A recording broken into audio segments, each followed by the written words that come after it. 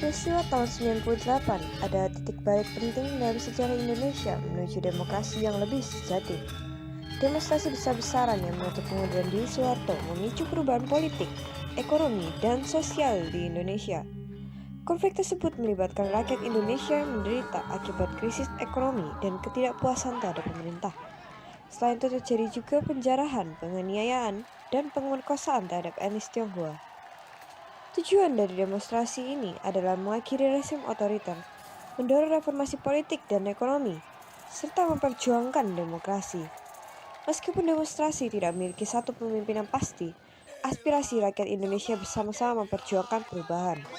Di antaranya terdapat aktivis-aktivis seperti Budiman Sujatmiko. Budiman, last time we spoke to you, you were a free man. How have you been treated in custody? There are some my friends have been charged, by electricity, by the electricity, they beat our friend in Surabaya, in Jakarta, but especially for me, they just intimidating me. Dan Adian Apitupulu.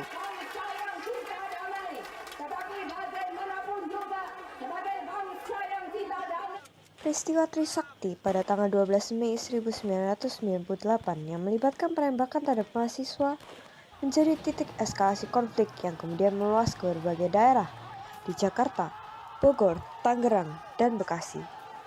Gedung DPR dikuasai oleh ribuan mahasiswa selama beberapa hari, menghentikan proses politik nasional. Akibat tekanan terus meningkat, Soeharto mengundurkan diri. Dan pimpinan fraksi-fraksi yang ada di dalamnya, saya memutuskan untuk menyatakan berhenti dari jabatan saya sebagai Presiden Republik Indonesia terhitung sejak saya membacakan pernyataan ini pada hari ini, Kamis 21 Mei 1998. Dan B.J. Habibie menjadi presiden baru yang mengambil langkah-langkah perbaikan untuk mengatasi krisis moneter. Maka dengan sengaja jabatan Gubernur Bank Indonesia tidak saya masukkan dalam kabinet, karena Bank Indonesia harus mempunyai kedudukan yang khusus dalam perekonomian, bebas dari pengaruh pemerintah dan pihak manapun juga berdasarkan undang-undang. Selain Amin Rais dan B.J. Habibie, tokoh reformasi lainnya seperti Gus Dur dan Megawati Soekarno Putri memiliki peran penting dalam meneruskan perubahan dan memperbaiki kondisi negara. Pikiran saya adalah Indonesia di masa depan.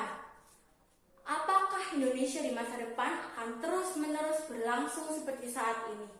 Dari satu pergantian ke pergantian lainnya, yang isinya adalah kalimat-kalimat yang selalu menghujat dan mencemooh. Apakah itu nilai-nilai Pancasila yang dari awal? Gus Dur melakukan reformasi pemerintahan selama masa jabatannya sebagai presiden, sementara Megawati Soekarno Putri berkontribusi dalam kebijakan pemulihan ekonomi. Upaya dilakukan oleh para tokoh reformasi ini membawa perbaikan dalam kondisi ekonomi dan perlindungan hak asasi manusia melalui pembentukan Mahkamah Kehormatan Dewan Perwakilan Rakyat dan Komisi Nasional Hak Asasi Manusia. Secara keseluruhan, peristiwa tahun 98 merupakan momen bersejarah yang mengubah arah politik, ekonomi, dan sosial Indonesia.